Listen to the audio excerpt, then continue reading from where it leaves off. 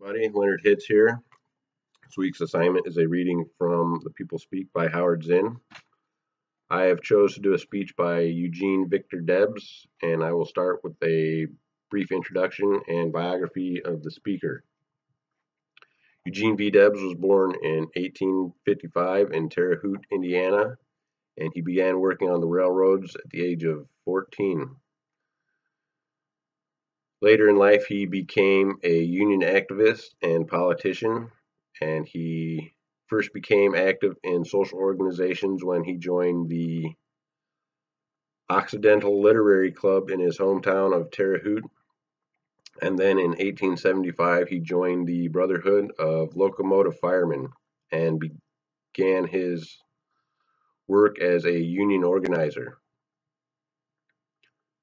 This was a revolutionary time for the unions and labor parties in the United States, as the state of the working class was destitute, and it was the conditions of the working class and railroad men in particular that led Debs to take such an active role in the unions.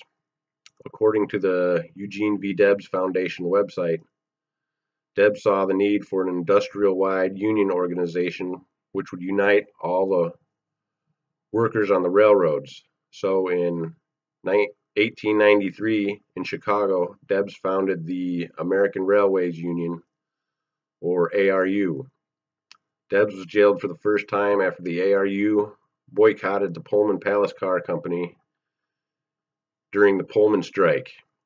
It was this dedication to the working class of America that later led to his political career. In 1900, he accepted a presidential nomination from the United Socialist Democratic Party, and despite only receiving 96,978 votes during that election, he continued to do his work and fight for civil rights for workers and against corporate monopolies that had sprung up during the post-Civil War Reconstruction era.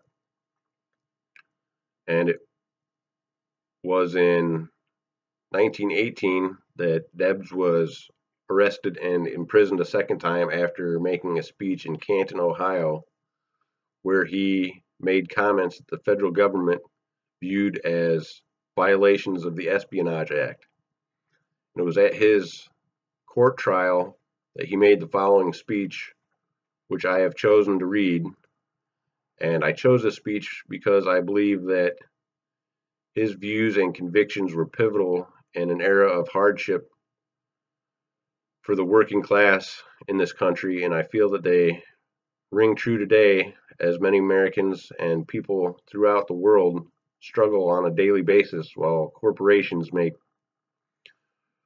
record profits. And as Howard Zinn stated in an article that he wrote for the Progressive newspaper in 1999, we are always in need of radicals who are also lovable. And so we would do well to remember Eugene Victor Debs. 90 years ago, at the time the Progressive was born, Debs was nationally famous as leader of the Socialist Party.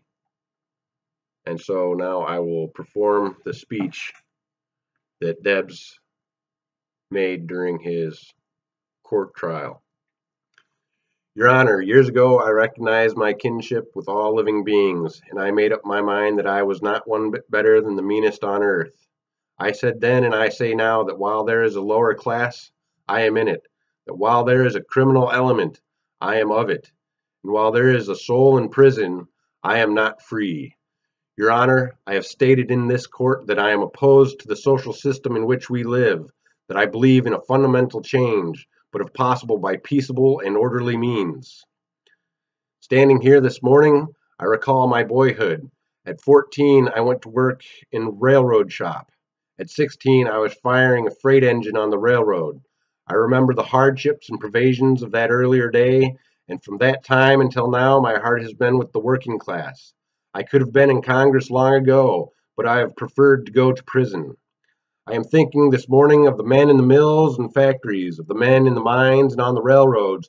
I am thinking of the women who for a paltry wage are compelled to work out their barren lives, of the children who in this system are robbed of their childhoods and in their tender years are seized by the remorseless grasp of mammon and forced into the industrial dungeons, there to feed the monster machines while they themselves are being starved and stunted, body and soul. I see them dwarfed and diseased, blasted because in this high noon of Christian civilization, money is still so much more important than the flesh and blood of childhood.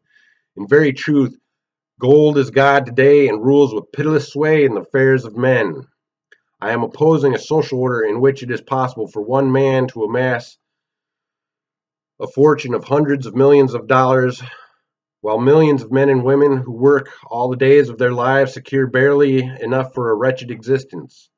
This order of things cannot always endure. I've registered my protest against it. I recognize the feebleness of my effort, but fortunately I am not alone. I can see the dawn of the better day for humanity. The people are awakening, and in due time they will and must come to their own.